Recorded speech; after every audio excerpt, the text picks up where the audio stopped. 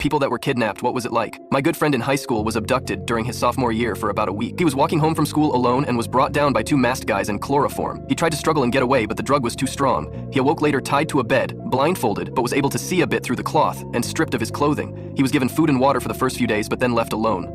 The kidnappers tried to get some information about his parents' wealth by tickling him, but he refused. Later, he was able to untie himself eventually and get out of the house. The kidnappers were nowhere to be seen or found as he stumbled barefoot outside and made his bearings. He said it took him about 2 hours to walk down a dirt road to a paved road and flag down a car. The kind driver took him to the nearest police station for first aid and to call his parents. He cut up his bare feet walking barefoot down the dirt road full of rocks and sharp prickly plants and weeds. His parents were glad to see him and brought him home. I was glad to see him when he came home that day. He was wearing only a windbreaker, his boxers and some cheap flops on his bare feet. It took a while for him to get through the nightmares and saw a psychiatrist for about 2 weeks. His accomplices were found about 6 months later after being caught in another kidnapping. That kid was about the same age, but he was severely beaten and in a coma for about a month.